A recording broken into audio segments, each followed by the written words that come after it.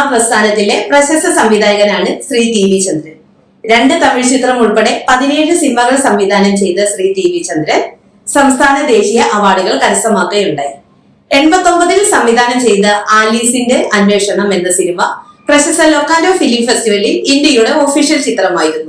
Shri TV. ചന്ദ്രനെ സംബന്ധിച്ചിടത്തോളം ചലച്ചിത്ര ജീവിതത്തിന്റെ 50 വർഷങ്ങൾ കടന്നു പോവുകയാണ്. എറണാകുളത്ത് നടന്ന 50 വർഷത്തിന്റെ ആഘോഷവേളയിൽ മോഹവലയം എന്ന സിനിമ പ്രദർശിപ്പിക്കുകയുണ്ടായി. തുടർന്ന് സിനിമയെ കുറിച്ചുള്ള ചർച്ചകളും നടന്നു. ആ വിശേഷങ്ങളിലേക്ക്.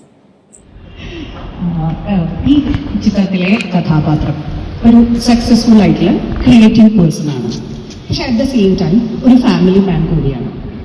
അപ്പൊ ഈ കഥാപാത്രത്തിലൂടെ പറഞ്ഞു വെക്കുന്നത് ഫാമിലിയുടെ ഭയങ്കരമായിട്ടുള്ള സ്ട്രോങ് ആയിട്ടുള്ള കെട്ടുപാടും ക്രിയേറ്റിവിറ്റിയും തമ്മിൽ ഒരുമിച്ച് പോകില്ല എന്നാണോ? അല്ലെങ്കിൽ ആ കഥാപാത്രത്തെ ഒരു നടൻ എന്ന നിലയിൽ, ഒരു വ്യക്തി എന്ന നിലയിൽ താങ്കൾ എങ്ങനെയാണ് വിലയിരുത്തുന്നത് എന്നറിയാനൊരാഗ്രഹമുണ്ട്. ഈ ക്യാരക്ടറിനെ ക്രിയേറ്റ് ചെയ്തതാണ് അദ്ദേഹം. ഞാനത് പെർഫോം ചെയ്യുക മാത്രമേ ചെയ്തിട്ടുള്ളൂ.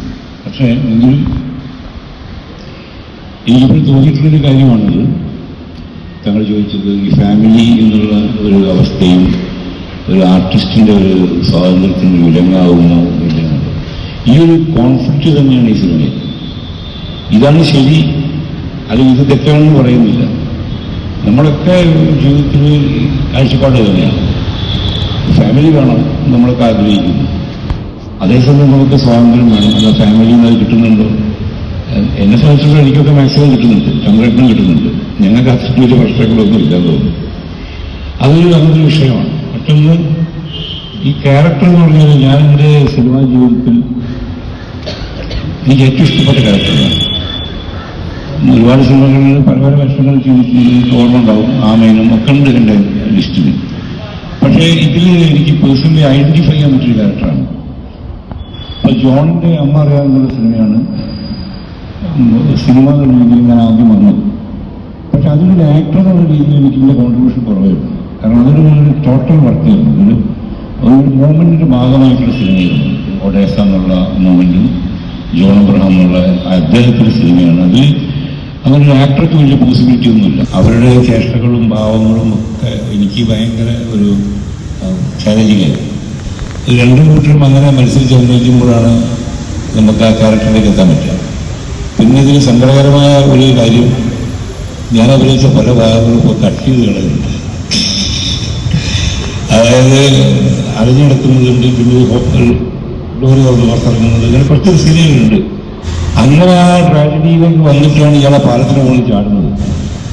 അത് മാത്രം പറയാം. ഞാൻ പാലത്തിന് മുകളിൽ നിന്നുള്ള അത് ശരിക്കും ഞാൻ വീണ് പോയത് അതിക്രൂരമായിട്ടാണ് അദ്ദേഹം എന്നോട് പെരുമാറിയതാണ്.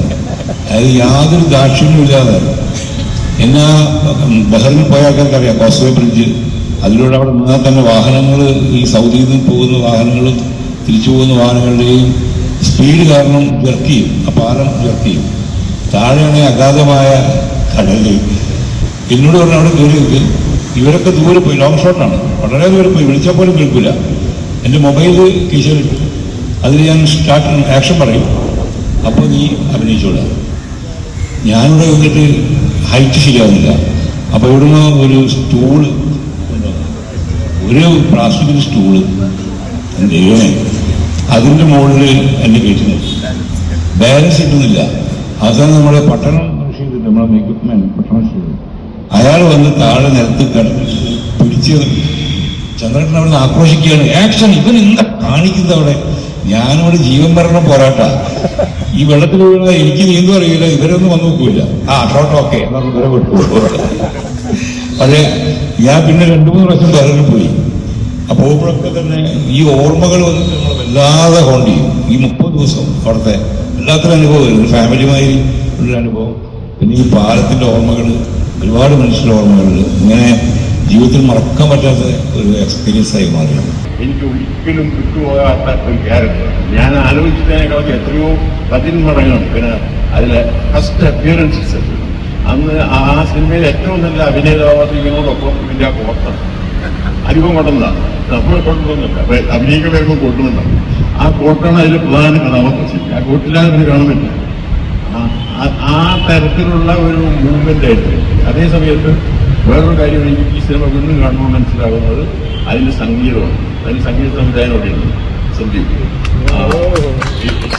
അത് ബ്യൂട്ടിഫുൾ വർക്ക്. അപ്പം അത് ഇപ്പം ഞാൻ പറയുന്നില്ല. കൽക്കട്ടയിൽ ഞാൻ ഗൗതം ഘോഷ് ഈ സിനിമ കണ്ടു, കൽക്കട്ടയിൽ കണ്ടു. ഗൗതം ഘോഷ് എന്ന് പറഞ്ഞത് ഹൂസ് എ മ്യൂസിക് ഡയറക്ടർ. കാരണം അയാൾ ഈ പിക്ചറിൻ്റെ മ്യൂസിക് ഡയറക്ടർ.